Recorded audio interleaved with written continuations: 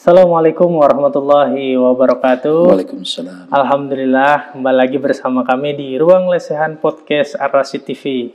Alhamdulillah, kita hari ini kedatangan tamu yang luar biasa, sosok yang luar biasa dan tidak asing lagi buat kita semua, yaitu Bapak Wakil Gubernur kita, Wakil Gubernur Kalimantan Tengah, Bapak Haji Edi Pratowo. Selamat datang Pak di podcast kita. Waalaikumsalam. Terima kasih, selamat datang juga.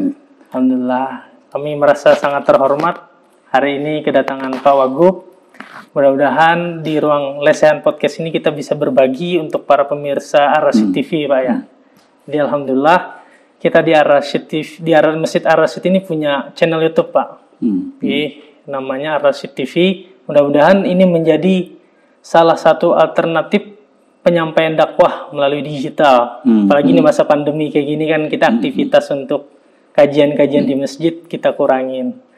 Oke, Pak Wagub, mohon izin. Pak Wagub ini kan sosok yang luar biasa ya. Biasa aja. Jadi mohon izin, kira-kira bisa Pak Wagub ceritakan historical perjalanan hidup dari titik 0 sampai hingga saat ini menjadi seorang wakil gubernur ya. Gitu ya. Ya. Baik, assalamualaikum. Ini mengulang kilas balik perjalanan karir ya, perjalanan saya gitu ya. Tapi tidak apa-apa untuk berbagi dengan para pemirsa dari Ar-Rasyid TV ini. Saya kira tidak salah ya kalau bertukar pengalaman. Ya, saya kira saya berawalnya memang dulu pada saat kuliah di Banjarmasin, mengambil Fakultas Ilmu Sosial Ilmu Politik itu, saya hobi ya. Hobi saya itu adalah bergabung dengan teman-teman membuat tulisan di kampus. Jurnalis gitu Pak ya? Iya, jurnalis kampus. Tapi pada saat itu tidak seperti sekarang. Di kampus itu kita memajangnya di dinding. Gitu mading ya? Dinding ya. Jadi kita juga kerjasamanya dalam bentuk offset saja. Jadi berita-berita yang seputar masalah kegiatan mahasiswa, kemudian ada mahasiswa pencinta alam, menwa begitu ya. Kemudian juga terkait dunia anak-anak mahasiswa di kampus gitu. Nah, kemudian selesai kuliah, kebetulan di salah satu media di Banjarmasin namanya Banjarmasin Post pada saat itu manajemennya sudah diambil Kompas, manajemen baru itu rekrutmen untuk para reporter, namanya reporter, koresponden atau sekarang yang lebih dikenal dengan wartawan gitu. Nah, saya termasuk masuk rekrutmen yang kedua, saya kedua, sekitar 52 orang.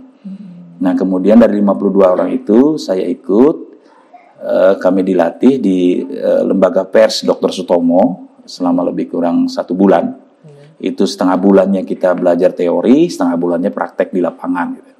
Kita dilepas, saya bertugas pada saat itu. Lembaga Dr. Sutomo itu dari Bandung ya, itu lembaga pers. Nah, kami ditugaskan, saya persis ditugaskan di Banjarbaru sebagai wartawan daerah. Jadi cakupannya luas, jadi menyangkut berita ekonomi, berita pembangunan, berita kriminalitas, ya hukum dan kriminalitas dan sebagainya. Kita dilepas. Nah, di sana kita dibuat kontrak oleh manajemen Banjarmasin Post oleh PT Grafika Wangi. Nah, kita dilihat selama setengah tahun, 6 bulan pertama, apakah kita memenuhi kriteria itu. Karena secara administrasi kita sudah diterima, tapi praktek lapangannya harus diuji, gitu kan. Nah, persis pada 6 bulan itu, alhamdulillah saya menandatangani kontrak. Artinya saya diterima sebagai karyawan PT Grafika Wangi yang memiliki nilai induk karyawan. Jadi, nah pada saat itu juga kontrak sebagai wartawan Banjarmasin Post Group dari Kompas. Perjalanannya ya saya sampai tahun 1994 sampai dengan 99 mengawali karir sebagai wartawan. Jadi cukup. Jadi mulai dari Banjarmasin sampai ke wilayah Benua Lima dulu, ya, kemudian ke Kabupaten Kapuas. Saya membuka biro Biro Perwakilan. Dengan teman saya namanya Poso Palaupo, senior di atas saya. Dia lebih di atas dari saya 1 tahun, 1 tingkat dia diterima, saya di bawahnya. Nah kemudian dia dipindah ke Surabaya Pos, saya melanjutkan jadi Kepala Perwakilan di Kapuas.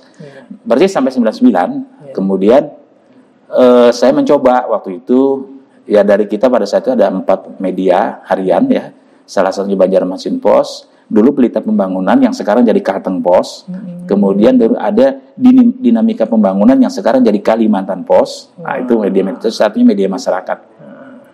Kita berempat pada saat itu 99 saya didorong, berarti salah satu partai lah begitu, salah satu partai minta pimpinan partai membantu gitu. Saya masuklah dari jajaran pengurusnya sebagai wakil ketua bidang hubungan masyarakat dan mass media. Akhirnya 99 saya ikut mencoba lah terjun ke politik gitu, mewakili dapil Kabupaten Pulang Pisau. Nah, waktu itu Pulang Pisau masih gabung dengan Kapuas, tapi pemilihannya Pulang Pisau. Alhamdulillah 99 saya terpilih jadi anggota dewan. Nah kemudian dari 99 dewan 3 bulan itu saya mengajukan pengunduran diri karena kami harus menerima 2 gaji waktu itu. Saya ingat waktu sebagai 99 itu saya terima gaji 1.300.000 waktu itu. Gaji DPR pada saat itu 99 hanya Rp998.000, lebih besar wartawan. Tapi karena anggota dewan, akhirnya saya gelutilah dunia di politik dari 99 sampai 2004 sebagai anggota. Pemekaran terjadi 2002, saya dimutasi ya menjadi anggota DPR Pulang Pisau sampai akhir masa jabatan 2004. Kemudian 2004-2009 saya mencaleg lagi, kemudian menjadi ketua DPR periode 2004-2009. Nah, 1 tahun sebelum berakhir saya dilamar pada saat itu Pak Haji Ahmad Amur, Bupati periode kedua. Saya ketua DPR, saya menjadi wakil. Nah, di situ lagi mulai jadi wakil, periodenya 2008-2013. Nah, selesai 2013 beliau selesai, saya lanjut menjadi bupati periode pertama 2013-2018, kemudian 2018-2023. Nah, mestinya berakhir 2003 ini. Tapi ini dimintakan lagi oleh Pak Haji Sugianto Sabran, Gubernur incumbent, untuk mendampingi beliau sebagai wakil gubernur. Nah, itulah karirnya saya kira 6 kali pemilihan ya alhamdulillah dari sih. Dari bawah Pak ya? Iya dari bawah itu. Jalannya terus saja ya. Termasuk teman-teman pada saat itu mendukung, diantaranya Pak Ibnu lah waktu itu. Salah satu yang memberikan sesuatu, udah Pak Bupati aja nih yang cocok nih. Saya nggak tahu ceritanya gitu kan. Jadi memang gitu. Jadi berjenjang dari bawah Pak ya, anggota dewan, wakil ketua sampai ketua DPRD, wakil bupati, wakil gubernur. Ntar 2020 kita nggak tahu Pak ya. Kita berkomitmen dengan Pak Gubernur. Periode beliau kedua ini saya membantu beliau, tugas melakukan beliau sebagai tugas pemerintahan, pembangunan pelayanan masyarakat, khususnya bidang pengawasan. Jadi kita berkomitmen berdua sampai tahun 2024 nanti kami fokus untuk mewujudkan impian, harapan kami sebagaimana yang disampaikan pada saat kampanye politik kemarin. Oke. Mudah-mudahan bisa berjalan dan terlaksana dengan baik Pak ya. Oke, berawal dari mahasiswa yang cinta akan menulis Pak ya. Seorang jurnalis ini kan erat kaitan menulis, hingga sampai menjadi sebagai sosok yang bisa dibilang inspiratif untuk kita semua. Yang bisa kita artikan belajar menghargai sebuah proses Pak ya. Iya. Jadi proses dari bawah ditekuni dengan baik hingga sampai mencapai posisi yang saat ini. Oke, Pak Wagub. Sekarang kan kita lagi menghadapi yang namanya bonus demografi ya.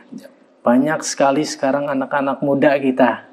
Kira-kira dari Pak Wagub nih, ada nggak pesan motivasi buat pemuda kita, khususnya pemuda Kalimantan Tengah, supaya bisa menjadi sosok yang bermanfaat dan inspiratif seperti Pak Wagub?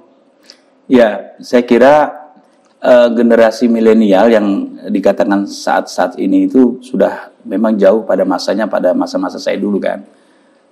Kita yang namanya mulai tergerak untuk lari ke digital, serba digital itu belum ada dulu. Kita kan serba manual gitu kan. Nah, sekarang sudah zamannya beda. Semua sudah ada. Apapun yang kita inginkan itu ada. Artinya kita ingin melihat sesuatu, sekarang kita juga cukup membuka aplikasi di handphone, kita browsing, kita cari di Google, semua ada. Artinya apapun ada sebenarnya. Jadi generasi sekarang ini sebenarnya sudah siap untuk hal itu. Tinggal bagaimana dirinya memanfaatkan sebaik mungkin ya kesempatan ini dengan baik, sehingga nanti mereka ini kita harapkan juga bisa menerima ilmu teknologi dan pengetahuan yang berkembang setiap tahun itu untuk masa depan mereka. Mereka serap ya, kemudian mereka jadikan ini sebuah ilmu pengetahuan yang membawa diri mereka ke arah yang baik tentunya, dan nanti juga akan mempersiapkan diri mereka untuk menjadi generasi penerus pembangunan Kalimantan Tengah di masa-masa akan datang. Nah, kalau kita ini kan pada saat ini ya terus berusaha untuk melakukan percepatan pembangunan dari berbagai aspek, dan termasuk di dalamnya adalah karena di tengah pandemi ya kita juga mengarahnya kepada digitalisasi, serba arahnya ke sana ya, mulai dari persoalan UMKM ya sekarang sudah diarahkan pemasaran, kemudian sampai dengan cara kita mendapatkan kemudahan-kemudahan layanan, dan semuanya kan melalui digitalisasi sudah. Nah, ini saya kira banyak ruang yang diberikan pemuda ini untuk bisa berimprove. Apalagi Kalimantan Tengah saat ini kita sudah dipercaya Bapak Presiden untuk menjadi lokasi program strategis nasional, namanya Ketahanan Pangan. Pak Gubernur, saya yang membantu beliau punya cita-cita begini. Kita berkeinginan sebenarnya di 13 kabupaten satu kota ini memiliki keunggulan produk unggulan. Jadi bukan hanya nanti Kabupaten Pulang Pisau, Kabupaten Kapuas dan Gunung Mas saja. Merata. Ya, tapi semua. Jadi bukan hanya tanaman padi, singkong, jagung, tapi di semua kabupaten itu punya karakternya, punya keunggulan. Nah, sekarang ini sedang dikembangkan yang namanya stream estate. Undang Paname. Kesempatan inilah generasi muda kita bisa manfaatkan untuk berwirausaha ya. Nah, kita ini menyiapkan ya perangkatnya, fasilitasnya. Teman-teman generasi muda ini tinggal memanfaatkan itu dengan baik, kesempatan ini sebaik mungkin. Ya, saya kira melalui kelompok-kelompok generasi muda yang terbentuk ini ya dipikir sudah bisa memikirkan ini peluang-peluang yang harus ditangkap untuk kewirausahaan bagi generasi muda itu. Benar, Pak. Jadi luar biasa, Pak ya. Jadi pesan untuk para milenials kita, bahwasanya semua sekarang udah ada fasilitasnya. Ya. Sekarang tinggal hati kita dan diri kita mau nggak untuk melakukan hal tersebut ya. Betul. Jadi melakukan wirausaha, UMKM, bahkan di channel YouTube ini Pak, selain podcast juga kita memasarkan produk, Pak. Oh gitu. Ya, jadi kita kemarin kayak ada usaha di Penarung itu donat, Pak ya. Donat. Ya. Kita bikin video review yang bagus biar menarik. Jadi salah satu tujuannya untuk membantu di masa pandemi gini. Ya. Ya memang saya kira ini kan langkah-langkah tepat ya. Dengan cara mempromosikan lewat media Arasi TV ya. Kegiatan-kegiatan seperti ini bisa disajikan, kan tidak mungkin orang ketemu, tapi melalui publikasi digitalisasi tadi dipasarkan, orang juga akan melihat ini.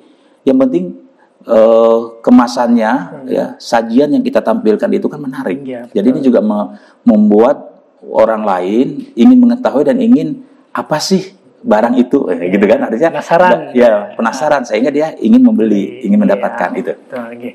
Ya, semuanya kayaknya di musim pandemi ini terdampak lah. Salah satunya juga aktivitas ibadah kita. Betul. Kalau menurut Pak Wagub ya, bagaimana aktivitas ibadah di masjid di masa pandemi ini yang sebaiknya? Ya, memang kita juga kan tidak terlepas dari anjuran pemerintah ya. Dalam hal ini kan pemerintah itu ada pemerintah pusat, pemerintah daerah, dan sampai dengan ke pemerintahan desa, gitu ya. Provinsi, kabupaten dan desa, kecamatan dan desa. Nah, ketika kebijakan pemerintah pusat harus seperti ini, untuk menjaga itu ya kita harus melakukan itu. Kan ibadah itu pada saat di tengah pandemi COVID yang pada saat itu masih level tinggi itu, ya kita harus paksakan kan tidak. Ibadah juga kan dianjurkan bahwa kita bisa beribadah lewat di rumah. Semata-mata adalah untuk menjaga. Tapi sekarang sudah mulai berangsur, baru kita boleh melaksanakan secara berkumpul dengan terbatas, dengan prokes yang diatur sedemikian rupa ya. Tadi kita melaksanakan juga sholat Jumat di Masjid Ar-Rasyid ini, saya lihat juga jaraknya sudah diatur sedemikian rupa kan. Betul. Kita menggunakan masker gitu. Jadi ini terjaga. Saya kira tidak ada masalah dalam suasana sekarang ini sepanjang kita melaksanakan dengan anjuran yang diberikan, ya jarak, menggunakan masker dan sebagainya, itu nggak ada menjadi penghalang bagi kita untuk melaksanakan ibadah itu. Pada intinya tetap menggunakan prokes. Ya. Tetap. Silakan, tidak masalah kita beribadah dimanapun, di masjid, ya dimanapun. Yang penting kita jaga prokesnya. Karena memang himbauannya seperti itu kan. Ya nanti kecuali kalau pandemi ini berakhir, nah ada himbauan, sudah ada jaminan, begitu kan, bahwa tidak ada lagi kasus COVID. Nah kita bisa membaur seperti biasa. Tapi semua ini kan proses, berjalan gitu. Oke, terima kasih Pak Wagub. Mungkin karena kesibukan beliau kita harus mengakhiri dialog podcast ini. Mudah-mudahan ke depan kita mintakan waktu beliau lagi untuk berbagi lebih lama dan lebih banyak lagi ya. Oke, terima kasih banyak. Baik, terima kasih sama-sama teman-teman dari Subhanur Rasyid. Pemuda Masjid Ar-Rasyid. Ya, terima kasih. Semoga ini juga bisa bermanfaat untuk pemirsa semua. Terima kasih. Assalamualaikum warahmatullahi wabarakatuh. Waalaikumsalam warahmatullahi wabarakatuh. Oke, demikian podcast kita pada hari ini. Mudah-mudahan banyak yang manfaat yang bisa kita ambil hari ini. Sekian dari saya. Terima kasih banyak sekali lagi kepada pemirsa Ruang Lesehan Podcast. Wallahul muwaffiq ila aqwamit thoriq. Wassalamualaikum warahmatullahi wabarakatuh. Waalaikumsalam warahmatullahi wabarakatuh. Oke.